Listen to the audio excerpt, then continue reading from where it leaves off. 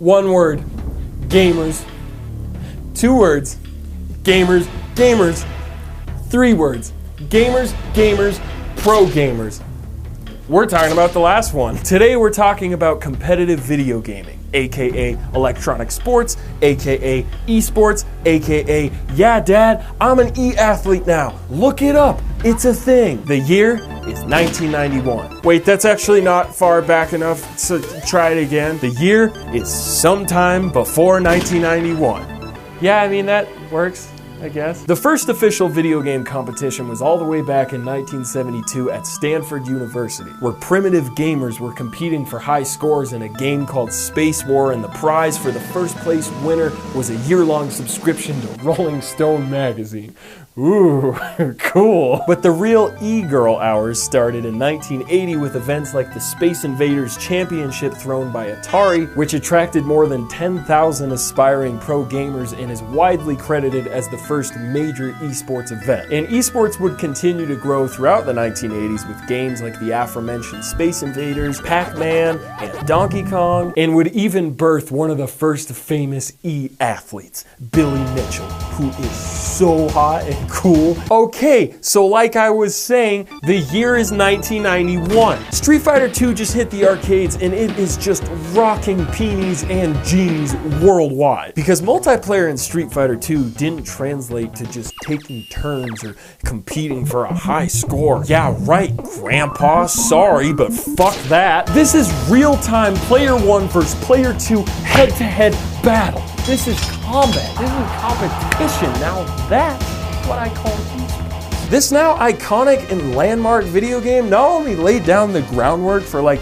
the entire fighting game genre as we know it, but it sent shockwaves through every genre of video game that came after it, and also it had a really good soundtrack, and also Capcom released it like 600 times. Without Street Fighter 2, there's no GoldenEye, there's no Super Smash Brothers, there's no Halo split screen. Jesus, oh my god, can you even imagine? The 90s marked the birth of modern esports as we know them. We got the Nintendo World Championships in 1990 that toured across the United States and tested gamers by making them play sections of Super Mario Bros., Rad Racer, and Tetris all back-to-back while competing for high scores. And then we got another one of those for the Super Nintendo in 1994, and also me in 1994, because that's when I was born, and one day I will die. In 1996, we got the now famous fighting game tournament Evolution Championship Series, or EVO, that hosted Street Fighter Alpha 2 and Super Street Fighter 2 Turbo. God damn it, Capcom! See, this is what I was talking about. We got multiplayer first-person shooters like Quake that you could play online. What the f***? Dude, 56K, more like 56. Can you please get off the phone, Mom? I'm godlike right now, dude! 1997 saw the first nationwide online tournament, aka Red Annihilation for Quake, that eventually included a super intense IRL AFK JK LOL tournament held for the 16 finalists at E3 that spectators could spectate online in-game from their home. Ring ring, hello? Oh, it's the future? And the winner, Thresh, was even awarded John Carmack, the developer of Quake, his personal Ferrari for winning the tournament, but he wanted a Geo Metro, so he gave the Ferrari back? What? I made that last part up. In 1998, we got friggin' StarCraft, aka the government of Korea. Maybe that's a joke I shouldn't make. Some of the most popular esports of today, fighters, shooters, clickers, all were born in the 90s, and let's not forget also me, who is almost 25 and one day will die. Competitive gaming only continued to blossom in the early 2000s thanks to games like Counter-Strike and Marvel vs. Capcom 2 and Super Smash Bros. Melee and Halo 2 and Halo 3. Okay, we can talk about Halo. You don't have to twist my arm, dude. Ow, you're actually hurting me. Stop it, dude, stop, dude. When consoles finally caught up and got online with games like Halo 2 in 2004, that was a fucking moment. MLG had seasons for Halo 2 and Halo 3 that felt like real-ass sporting events because they fucking were. With sponsored teams and fan-favorite e-athletes like Walshy, Strongside, and the legendary brothers Ogre 1 and Ogre 2. And me, Ogre 3. the best one. At this point with esports, it's getting to a point where it's like, if it's on TV and it's sponsored by Boost Mobile and the intro music is fucking Breaking Benjamin, then I'm pretty sure it's a real thing now, Dad. In the late 2000s, being a full-time professional gamer was starting to become more of a reality than just a dream. But then the internet once again did its classic move known as constantly changing fucking everything, and we got Twitch live streaming in 2011, and now you don't even have to compete in official events to be considered a professional gamer. As long as you have the skills to entertain, you can make a living by live streaming on Twitch and even get sponsored by pro gamer organizations like Cloud9 or FaZe Clan. If I was in FaZe Clan, I'd be FaZe Corn Nuts. And if you are competing in major tournaments nowadays, holy shit, dude, the prize pools can be insane now. Let me break it down for you. The International, Valve's annual Dota 2 tournament, started in 2011 with a prize pool of 1.5 million, which was unheard of at the time. Last year, it was fucking 25.5 million. Ninja made almost $10 million last year. League of Legends tournaments sell out arenas like it's nothing. And I haven't even talked about how huge MOBAs are in Korea, because I don't understand what the fuck is happening on the screen right now. But you best believe, when I hear this dude scream pentakill at the top of his lungs, I am very aware that esports are fucking huge now.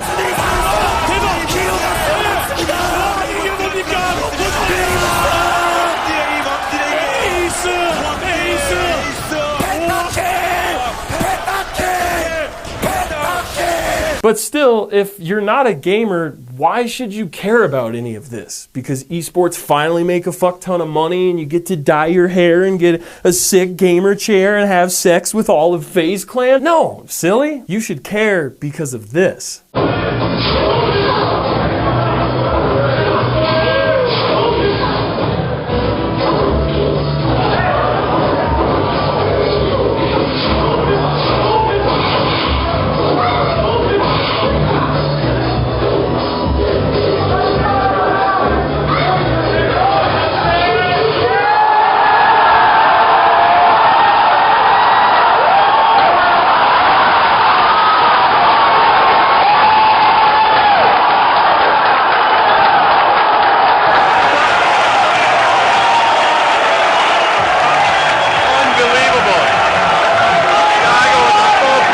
This stuff, this is why you should care about esports. It's Daigo doing the impossible. It's Goofy hitting this clutch-ass snipe to help win a crazy close game.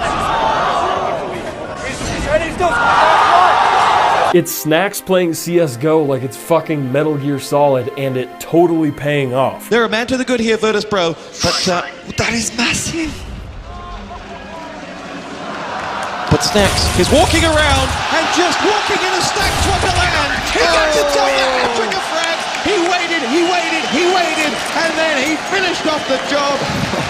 You just had to wonder, when was he going to pull the trigger? It's Swag throwing a pistol in the air so that Kenny S thinks it's a flash grenade, and then he comes around and he does this. Oh my days, it's so sick. I also really like CSGO. It's fucking this. Well, I think, you know, Axe has been a fan of Team Rocket because that trouble doubled extremely quick.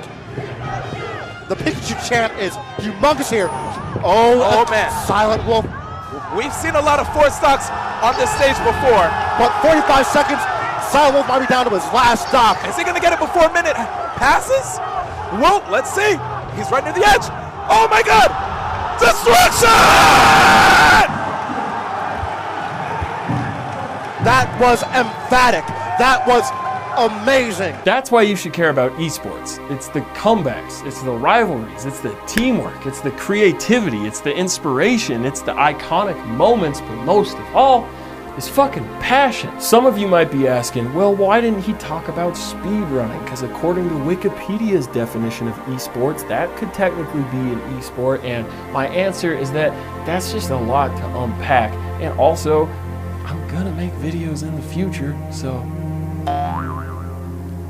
If you like playing competitive games like Smash or Mortal Kombat or whatever, see if there's any local tournaments because I'm sure they would love to have you. Also, this video has 2 sponsors. Just kidding. They're not sponsors. It's just stuff my friends do that I think is really cool, wacky, awesome, and I want to share it. My cousin Joe, who is practically my brother, we grew up together, we slept in the same room, we watched Dragon Ball Z together. I think that makes you brothers. He recently started designing and selling t-shirts featuring his grotesque and inspirational drawings, and I fucking love them. I really wanted to wear this Go basketball one while filming this video, but sadly it didn't get here in time, but I've seen them and they turned out fucking amazing. So if that interests you at all, he goes by Slothman, and I'll put a link to his Teespring store down in the description below.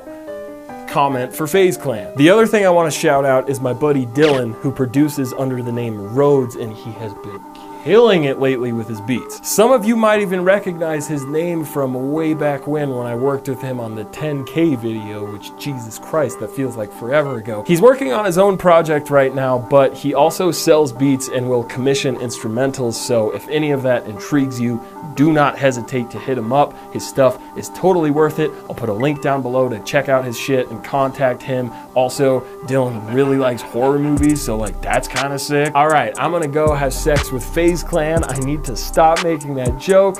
I will see you guys on the next battlefield. Love you. Drive safe. If you get tired, pull over. If you get cold, put on a pullover. If you get T-boned, pull on a T-boner.